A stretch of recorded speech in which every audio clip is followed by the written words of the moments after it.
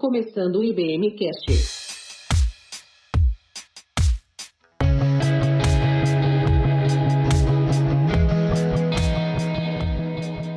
Olá, meus irmãos e minhas irmãs da IBM, sejam bem-vindos ao nosso podcast. Hoje nós teremos a nossa lição 5, primeiramente a leitura de toda a nossa lição e depois nós teremos uma exposição de alguns pontos relevantes sobre o texto base, sobre o assunto da nossa lição. Hoje será sobre a fé e a opressão, o que nós podemos aprender de acordo com aquilo que Tiago diz em sua carta e aplicar aos nossos dias atuais, ao nosso dia de hoje. Lembrando também, e já fazendo um anúncio, nesse final de semana, nos dias 9 e 10, nós vamos ter nossa festa country. Então, a festa country do Mutondo.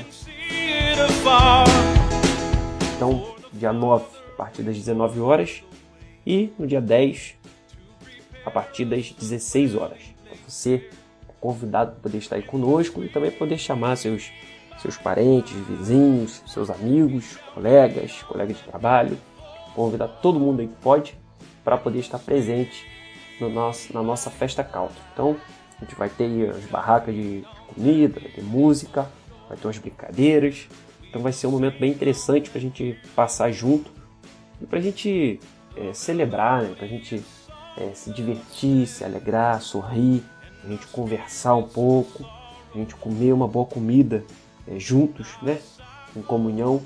Então que venhamos aproveitar esse momento para poder até conhecer mais um ao outro. Então não deixe de estar presente e também de convidar alguém querido para poder estar conosco nesse dia. Então vamos anotar isso aí na agenda. Já agora, dia 9 e 10, vai ser muito importante você estar participando e conduzindo também aqueles que podem estar junto conosco nesse dia. Então, Festa Country do Mutondo, esse é o nosso evento agora desse final de semana.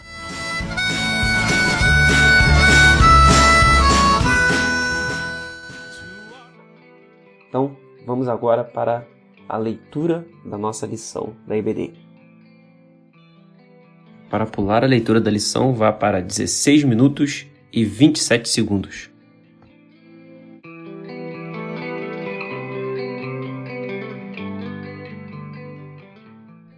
Revista Palavra e Vida, lição 5, a fé e a opressão. Texto base, Tiago 5, versos de 1 a 8. O texto base desta lição é bem atual. O apóstolo Tiago denuncia a opressão socioeconômica, algo que infelizmente nós brasileiros presenciamos diariamente. No entanto, como cristãos não podemos nos conformar jamais com alguma forma de opressão, pois a salvação em Cristo não é apenas libertação do pecado, mas sobretudo uma proposta de vida em abundância. Uma proposta de destruição das estruturas malignas que oprimem e impedem que se tenha esta vida. Conforme o próprio Jesus afirmou, eu vim para que tenham vida e a tenham plenamente. João 10:10. Desse modo, o apóstolo faz duras críticas aos opressores, conforme veremos a seguir. 1.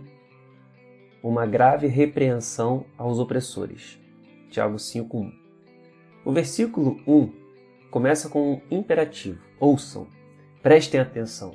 É uma ordem dada aos ricos opressores, algo semelhante aos ais que há em vários lugares da Bíblia Sagrada. Exemplo, Mateus 23, de 23 a 30. É muito importante frisar que não há algum texto bíblico em que os ricos são repreendidos simplesmente pelo fato de serem ricos, mas são advertidos contra as tentações que tal condição lhes sucede.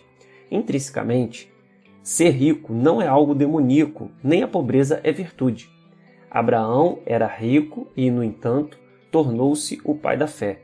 Andava com Deus e foi chamado para abençoar todas as famílias da terra. De maneira bem peculiar, vemos o patriarca sendo bênção para seu sobrinho Ló. A grande tentação a que os ricos estão sujeitos é o egoísmo. Por isso, são convidados ao arrependimento que, na expressão do apóstolo, seria chorar e lamentar. O verbo chorar remete à ideia de chorar em voz alta, expressando uma dor incontida e audível. Strong. Lamentar é um verbo que expressa o som de animais, uma onomatopeia, assemelhando-se ao som de um grito abismado, significando uivar, gritar audivelmente. Os dois termos, usados ambos no verso 1, indicam, portanto, que os ricos, quando levados ao egoísmo, são alertados de que um dia poderão lamentar profundamente as ações opressoras que levaram a efeito contra os menos afortunados. 2. A maneira como se obtém as riquezas pode ser opressora. Tiago 5, de 4 a 6, parte A. A Bíblia Sagrada não condena a aquisição de bens nem nega à pessoa o direito de possuir bens e obter lucro, mas condena a obtenção de riquezas por meios ou para fins ilegais. É esse o sentido que o texto bíblico apresenta nesses versos. O luxo egoísta de alguns, às vezes, é conseguido pela opressão de muitos. E Tiago fala de algumas formas que o ser humano usa para obter essas riquezas. A. Retenção do salário do trabalhador. Tiago capítulo 5, versículo 4. Deus registrou, em sua palavra, instruções claras para que o trabalhador não seja prejudicado pelo empregador, via retenção de seu salário. Muitos trabalham o dia para receber ao final dele, tendo assim como comprar algo para o alimento de sua família. Reter o salário do trabalhador é pecado, condenado pelo Senhor. Leiam os seguintes textos: Deuteronômio 24, de 14 e 15, Levítico 19, 13, Jeremias 22, 13. B. A aplicação parcial e injusta de leis. Tiago 5, 6, parte A. É muito claro que quando o poder socioeconômico se une ao poder político e jurídico, as possibilidades de existirem manobras para favorecer aos que detêm tal poder se avolumam. Infelizmente, a parcialidade, manobras obscuras e leis criadas com a intenção de favorecimento aos que já detêm muito se multiplicam a cada dia. Há uma diferença considerável entre lei e justiça. Deveriam andar de mãos dadas, todavia nem tudo que é legal é justo, e Deus condena tais subterfúgios para mascarar a opressão. 3. A maneira como se usa as riquezas pode ser opressora. Tiago 5, de 3 a 5. Nos argumentos anteriores, aprendemos que as riquezas podem se tornar pecaminosas de acordo com a forma como são adquiridas. Agora, veremos que o propósito com o qual são usadas podem também a tornar pecaminosas. Vejamos, então, como as riquezas podem contribuir para a opressão. A. Quando são acumuladas. Versículo 3. Riquezas enferrujadas e apodrecidas falam do perigo de se perder algo que ficou guardado, sem ter sido usado de forma útil. Não há nada de errado com a pessoa poupar algum dinheiro para gastos eventuais, mas é errado, por exemplo, acumular riquezas não pagando aos funcionários, sonegando impostos ou atrasando propositalmente os compromissos, visando a deixar o dinheiro render mais um pouco. Somos instruídos a acumular tesouros no céu, para que o nosso coração não se prenda ao material. Mateus 6, 20 e 21. O problema do jovem rico, Lucas 18, de 18 a 30, não era a riqueza que possuía, mas seu apego a elas. B. Quando seu uso é egoísta. Versículo 4. Voltamos a este verso para destacar que, se Deus permite que algum cristão possua riquezas, este passa a ter certas responsabilidades para com seu semelhante e para com o próprio Deus. Isso fala de fidelidade e mordomia, que é o uso do que se tem para abençoar outros e para a glória do Senhor. C. Quando a riqueza é ostensiva. Versículo 5. O verso fala do pecado de uma vida entregue ao luxo, ao prazer, à vida extravagante, enquanto outros, tão próximos, não têm o mínimo para viver de forma digna. O termo fartaram-se é o mesmo usado para falar dos animais que eram engordados para o abate. Não há algum problema em desfrutar o que Deus dá. 1 Timóteo 6,17.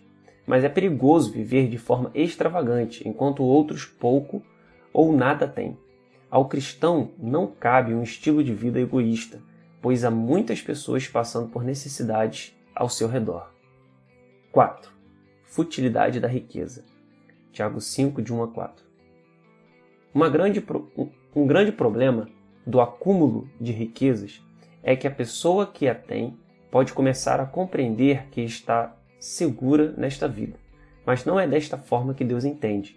Chorem e lamentem-se, tendo em vista a miséria que lhes sobrevirá. Versículo 1, parte B.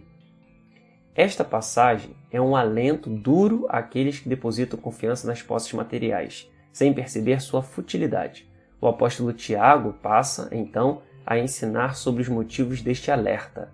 A. Riquezas passam. Versos 2 e 3, parte A. Passam, porque ou elas nos deixam, ou nós as deixamos.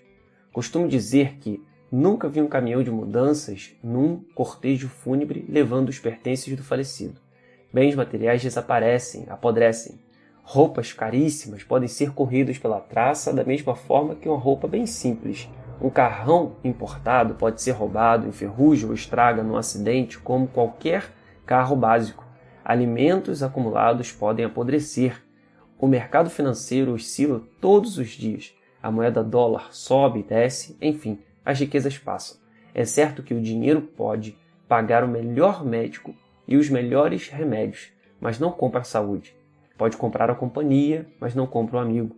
A sabedoria bíblica nos ensina: não esgote suas forças tentando ficar rico. Tenha bom senso. As riquezas desaparecem assim que você as contempla. Elas criam asas e voam como águias pelo céu. B. Riquezas podem corromper o caráter. Versículo 3. O ouro e a prata de vocês enferrujaram, e a ferrugem deles testemunhará contra vocês, e como fogo lhes devorará a carne. Observe o verbo devorar. Comer e devorar são de intensidades diferentes. A ideia que o texto nos dá é: assim como um fogo devora o que está sendo queimado, o apego às riquezas pode devorar a vida de uma pessoa, acabar com ela, seus valores, seu caráter. Certamente, muitas pessoas podem se lembrar das denúncias envolvendo autoridades em conchavo com diferentes pessoas, solapando, desviando verbas públicas para o enriquecimento pessoal. Outras aceitando suborno para oferecer e receber vantagens em licitações, etc. Eis o alerta da sabedoria. Cuidado, que ninguém o seduza com riquezas. Não se deixe desviar por suborno, por maior que este seja. Acaso a sua riqueza, ou mesmo todos os seus grandes esforços, dariam a você apoio e alívio da aflição? Jó 36, 18, 19. Ver também 1 Timóteo 6, 17 e Salmo 62, 10. C. O juízo divino contra a opressão, versos 3 e 5. O julgamento dos opressores é mostrado pelo apóstolo Tiago como possibilidade nesta vida, pela deterioração dos bens e corrupção do caráter, e como certeza em relação ao futuro julgamento divino. No verso 9, ele alerta: o juiz está às portas. Ironicamente, as riquezas deterioradas e o salário retido dos trabalhadores servirão de testemunhas contra os opressores diante do julgamento de Deus. É bom ter as coisas que o dinheiro pode comprar, desde que também tenhamos o que o dinheiro não pode comprar. De que adianta ter uma mansão se ela não é um lar? De que adianta uma aliança de brilhantes quando não há amor? O apóstolo não condena as riquezas nem os ricos. Antes, condena o uso de suas riquezas como armas, não como instrumentos de edificação. Frequentemente, ouvimos que o dinheiro fala mais alto. Todavia, o que ele falará sobre cada ser humano no dia do julgamento final? Conclusão. O mundo não é justo e às vezes também agimos de forma injusta.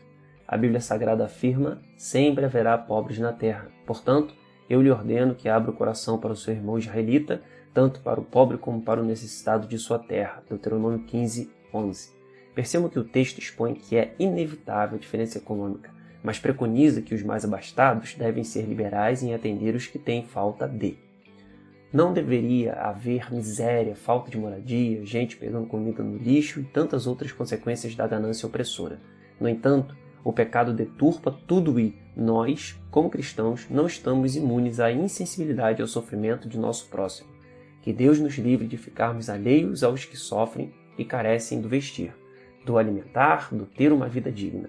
Os últimos versos de nosso texto ensinam que devemos ter paciência diante deste mundo injusto e opressor, mas também alerta para a certeza do juízo divino, versículo 8. Para pensar e agir. 1. Você tem experimentado injustiças, opressões existenciais que o ou a deixam triste e, às vezes, até mesmo enfurecido ou enfurecida? Como este estudo o ou a ajuda a encarar esta situação? 2. Você tem sido agraciado por Deus com bens materiais? O que você tem feito deles? 3. Formas de honrar a Deus com seus bens: dizimar, ofertar, participar do sustento missionário, ajudar alguém que não tem o que vestir, o que comer, etc. 4. Precisamos ser proativos no clamor e ação por justiça.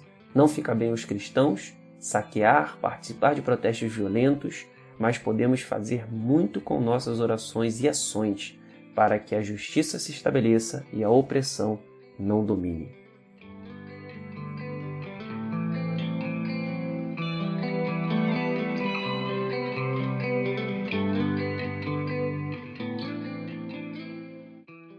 Olá, meus irmãos e minhas irmãs, como é que vocês estão? Espero que estejam bem, aproveitando esse dia que o Senhor nos concedeu.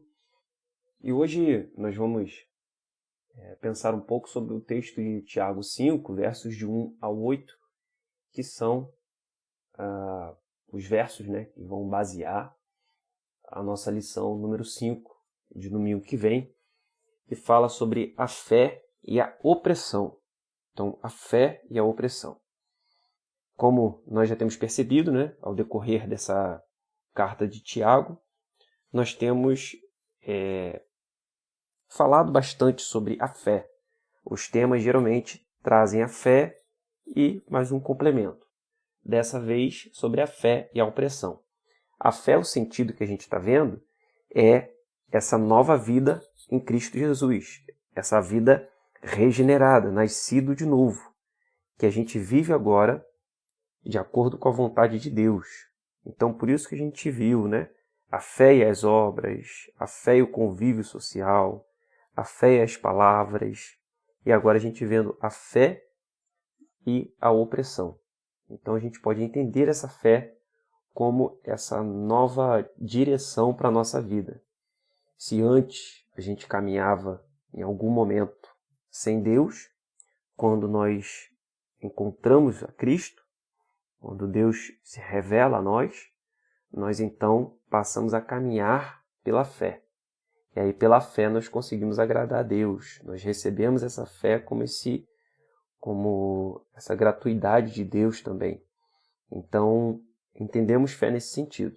Mas aí o autor ele traz uma questão sobre opressão. Então, antes de prosseguir, vamos fazer uma visita do texto bíblico de Tiago 5, versos de 1 a 8. Diz assim, na versão ARA, Almeida Revista Atualizada. Atendei agora, ricos, chorai lamentando, por causa das vossas desventuras que vos sobrevirão. As vossas riquezas estão corruptas, e as vossas roupagens comidas de traça. O vosso ouro e a vossa prata foram gastos de ferrugens, e a sua ferrugem há de ser por testemunho contra vós mesmos, e há de devorar como fogo as vossas carnes. Então, o vosso ouro e a vossa prata foram gastos de ferrugens, e a sua ferrugem há de ser por testemunho contra vós mesmos, e há de devorar como fogo as vossas carnes, tesouros acumulastes nos últimos dias. Versículo 4.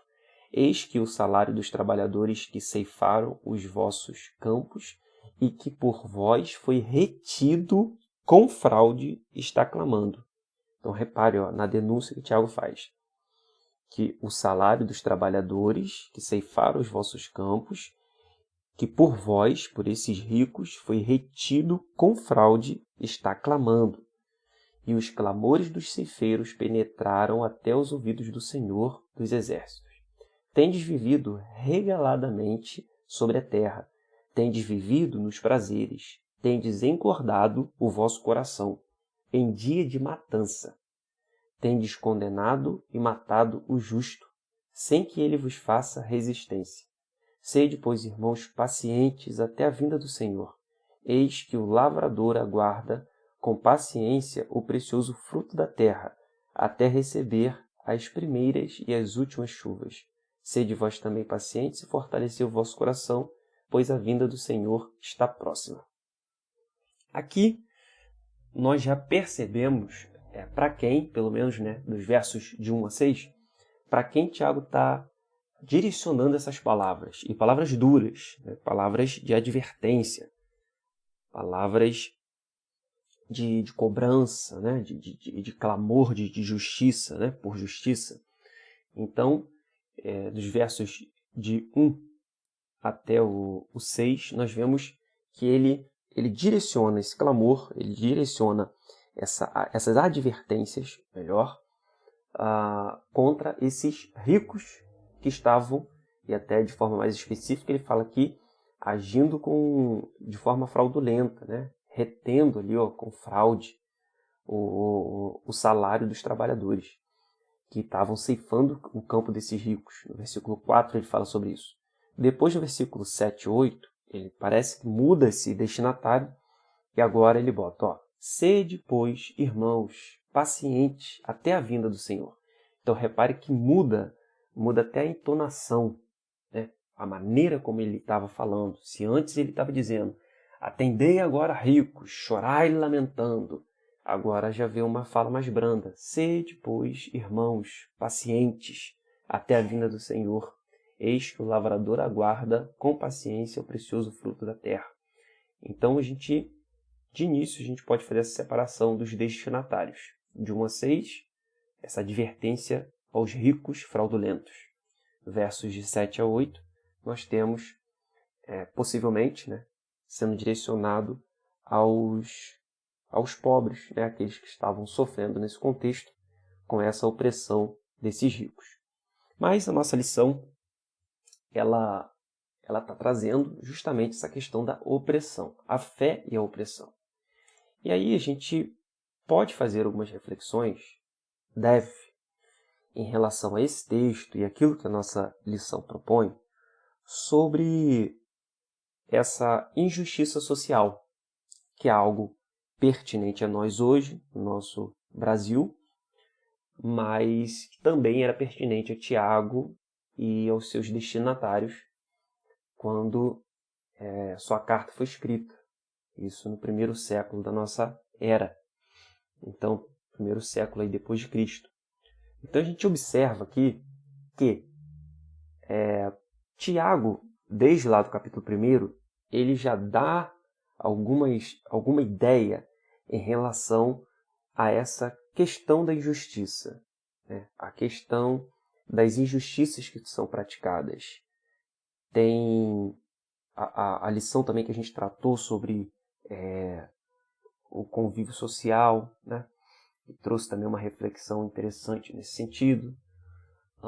E tem a primeira lição também, onde a gente viu ali, falando das provações, no Tiago 1, a gente tinha também uma fala ali envolvendo a questão dos ricos, envolvendo a questão dos pobres. E aí Tiago até mostra que Deus tem uma preferência no seu modo de agir, por aquele que é menos provável. E como exemplo disso, ele usa aí a figura do pobre. Mas, seguindo a nossa reflexão nesse sentido, a gente percebe aqui uma questão de opressão.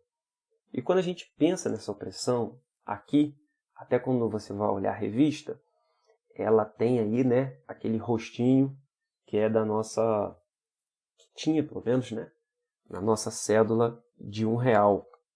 Tem aquele rosto lá que traz para nós essa noção do dinheiro.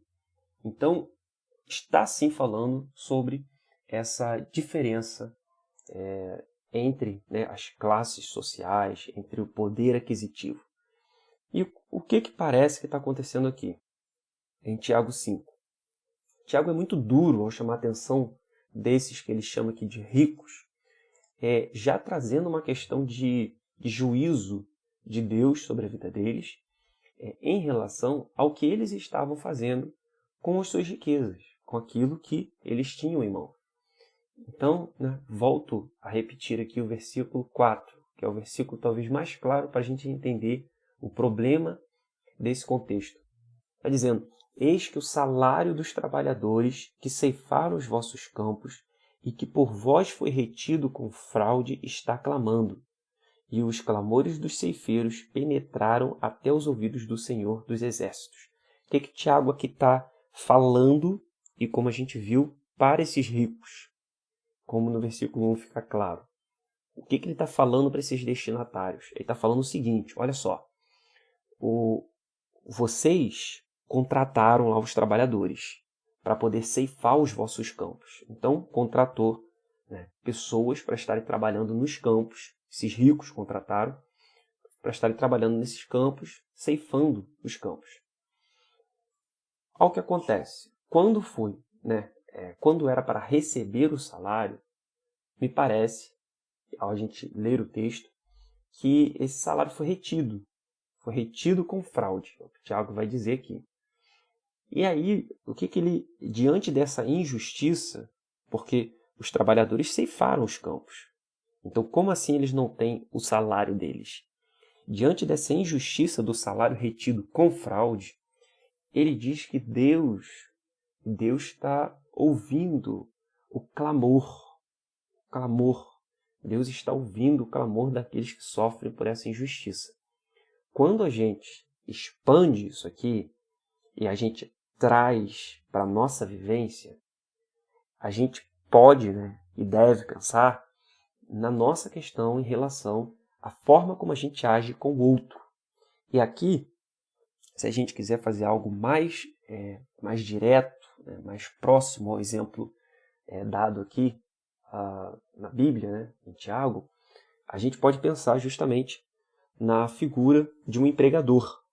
Então, hoje, graças a uma progressão na nossa economia como um todo, facilidade também, desburocratização de alguns processos, nós conseguimos, por exemplo, ter essas modalidades de empreendedorismo, de microempreendedor, de pequenas empresas, que conseguem gerir o negócio e você consegue, às vezes, ter...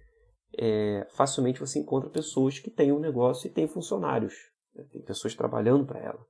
Não é difícil a gente encontrar pessoas assim. Diante disso, o que a gente percebe?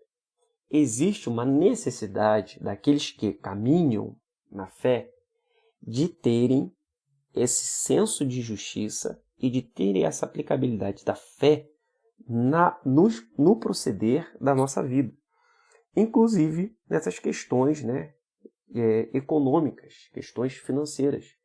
Então, pegando esse exemplo do versículo 4, olha só, um empregador que não paga devidamente ou justamente o seu empregado, ele está cometendo uma injustiça e Tiago está condenando essa injustiça praticada e dizendo ainda que esse clamor dos injustiçados, o clamor e os clamores dos ceifeiros penetraram até os ouvidos do Senhor dos Exércitos. Ou seja, a gente pode achar, muitas vezes numa posição de empregador, muitas vezes cometendo de atos fraudulentos, cometendo de desvios, seja de qual for a manobra, ou até mesmo uma má valorização do empregado diante daquilo que ele presta para você e para a sua empresa, a gente pode pensar que o seguinte: esse injustiçado, ele não está sozinho. Pode parecer muitas vezes que ele se encontra sozinho, porque ele não teve uma iniciativa de buscar aquilo pela justiça, também não conseguiu reaver aquilo diretamente com você, empregador, também não conseguiu por outros meios rever os seus direitos. Mas aqui o texto é claro dizer que o clamor dos ceifeiros penetraram até os ouvidos do Senhor. Isso nos faz perceber que Deus está olhando os injustiçados. Deus está percebendo a justiça feita por aquele que a comete. Então, cabe a todos nós refletirmos e agirmos com responsabilidade, sabendo que o Deus Todo-Poderoso, Ele está atento a tudo aquilo que acontece, a tudo aquilo que a gente faz. E aí é interessante a gente observar isso que Tiago chama atenção, porque ele condena esses ricos, ele condena esses que estão agindo de forma fraudulenta. Então, dizendo, versículo 2, que as vossas riquezas estão corruptas e as vossas roupagens comidas de traça. É interessante aqui também a gente observar a proximidade que esse texto de Tiago tem com uma parte, né, do texto do Sermão do Monte de Jesus em Mateus 6, quando Jesus fala justamente dessas questões. Né? Ele faz umas observações sobre os tesouros do céu e tesouros da terra. Então eu vou ler o texto de Mateus 6, de 19 em diante. Não acumuleis, Jesus falando, não acumuleis para vós outros tesouros sobre a terra, onde a traça e a ferrugem corroem e os ladrões escavam e roubam. Mas ajuntai para vós outros tesouros no céu, onde a traça nem ferrugem corrói, e onde os ladrões não escavam nem roubam. Porque onde está o teu tesouro, aí estará também o seu coração. Então, como eu estava falando, é interessante observar a proximidade que ambos os textos têm. Ao que parece, né, Tiago, certamente ele conhecia essas palavras de Cristo. Até porque, como a gente já viu também num podcast passado, falando sobre o possível autor dessa carta de Tiago, de ter sido o Tiago, irmão de Jesus. Por mais que não tenha caminhado com Jesus naquele ministério público de Jesus, é claro a gente perceber, principalmente em Atos, que esse Tiago, ele se ajuntou, né, junto aos discípulos, e ele reconheceu Jesus como Cristo, como Senhor, e ele começa esse trabalho também juntamente aos discípulos, e ele até se torna uma figura importante ali nesse trabalho da igreja no início, né, da nossa era. Então, possivelmente esse Tiago conhecia as palavras de Jesus, e pode ser que realmente ele tenha feito esse paralelo, puxando, né, exatamente alguns termos que foram lá utilizados por Jesus, como a gente vê esse relato de Mateus 6. Então, Tiago 5, 2 fala, as vossas riquezas estão corruptas, as vossas roupas comidas de traça. Lembra que lá em Mateus 6 Jesus fala da comida de traça? Onde os ladrões não escavam nem roubam, onde a traça nem a ferrugem corrói. Tiago também vai usar o termo ferrugem. Tiago também vai utilizar esse termo ferrugem ao descrever, né, sobre essa situação.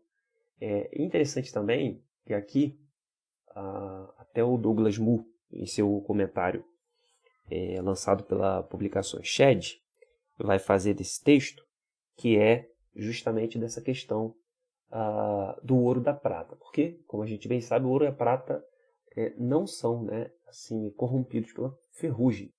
Mas, ao que é possível acreditar. Então, sobre essa questão do ouro e da prata e da ferrugem, tem um comentário ainda de Calvino que diz o seguinte: Deus não destina o ouro para a ferrugem nem as roupas para as traças. Ao contrário, destina-os como auxílios e ajudas para a vida humana. Tiago, nesse sentido, talvez pretenda que a decadência dos bens descritas nos versículos 2 e 3, parte A, seja entendida, pelo menos em parte, de forma literal. A evidência real do desuso permanece como testemunho contra os ricos. Então, o que a gente percebe aqui, que talvez essa crítica e essa fala de Tiago, a ferrugem não seja literal, como de fato não é, mas ela no sentido dessa decadência, dessa inutilidade, porque se essa riqueza ela não foi bem distribuída, ela não foi, não se tornou como bênção para um outro, se ela teve um fim nela mesma, ela então foi como que desgastada ou corrompida pela ferrugem. Ela perdeu sua utilidade, ela teve essa decadência. Aquilo que era muito valioso tornou-se como nada, porque ficou retido em alguém ou em alguéms e ainda de forma fraudulenta, ainda agindo com injustiça. Então esse texto é muito interessante para a nossa reflexão justamente nesse sentido. E perceber que a opressão, que a injustiça, que a opressão do pobre, que a forma da gente explorar o outro, tudo isso é contrário à nossa fé cristã. Tudo isso é contrário aos princípios do Evangelho, é contrário à mensagem de Cristo Jesus. Então, o que cabe a nós, a partir da reflexão desse texto, é perceber que nós precisamos caminhar através da fé, com base na fé em Cristo Jesus, em todas as áreas da nossa vida. Seja com o nosso dinheiro, seja na nossa posição, em alguns momentos, de empregador, de patrão, daquele que está dando serviço a alguém, e a gente precisa trazer justiça para as nossas relações, trazer justiça também para essas relações de empregado, de empregador, para as relações de trabalho, porque a nossa fé precisa nortear tudo aquilo que a gente faz. Então, a opressão, ela deve sim ser olhada com maus olhos, porque isso certamente, como vimos aqui no texto, isso não é agradável ao Senhor, isso não é de interesse de Deus, pelo contrário, Deus tem ouvido o clamor dos ceifeiros, e isso tem penetrado nos ouvidos do Senhor, e certamente o Senhor trará justiça sobre essas situações. Então, nós vemos ao fim, versos 7 e 8, como a gente já alertou no início dessa exposição, que é provável que tenha uma mudança aqui do destinatário. Já agora trazendo: sede, pois, irmãos, pacientes até a vinda do Senhor. Então, se por acaso se você não é opressor, então imagine que você é o oprimido. Imagine que você é o oprimido no seu trabalho, no seu emprego, na sua relação aí de trabalho, na sua relação com o seu empregador. Imagine que você é esse oprimido aqui. Saiba que você não está sozinho nessa caminhada. Como o Tiago está falando aqui, versículo 7. Seja paciente até a vinda do Senhor. E aí o versículo 7 continua: eis que o lavrador aguarda com paciência o precioso fruto da terra, até receber as primeiras e as últimas chuvas. Versículo 8. Sede vós também pacientes e fortalecei o vosso coração, pois a vinda do Senhor está próxima. Então, cabe àqueles em posição de oprimidos a terem paciência no Senhor, sabe? A entregarem isso nas mãos de Deus, a orar, clamar, interceder nessa situação, clamar ao Senhor Jesus para que venha interceder e para que vocês tenham paciência diante dessa opressão, clamando pela justiça, clamando pela mão de Deus, pela presença de Deus manifestante nas suas relações, no seu trabalho, seja qual for a outra relação a qual essa opressão esteja ocorrendo. Então, que nós venhamos aprender com essa carta de Tiago, com esses textos, mais precisamente aqui do capítulo 5, versos de 1 a 8, sobre a opressão. Que isso, de forma alguma, agrada ao Senhor. Mas, pelo contrário, devemos buscar a justiça. Devemos buscar o valor do humano. devemos buscar a dignidade humana, o bem-estar do nosso próximo.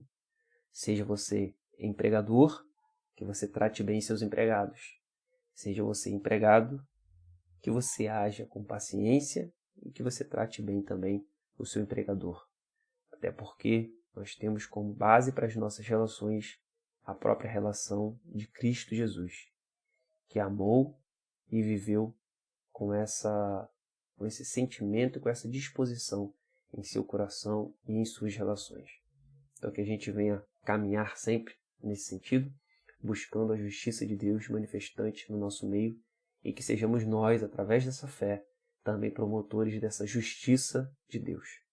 A injustiça não deve ser algo a qual a gente tem algum tipo de prazer, mas que venhamos se alegrar com a justiça, com a dignidade das pessoas, com o bem-estar das pessoas.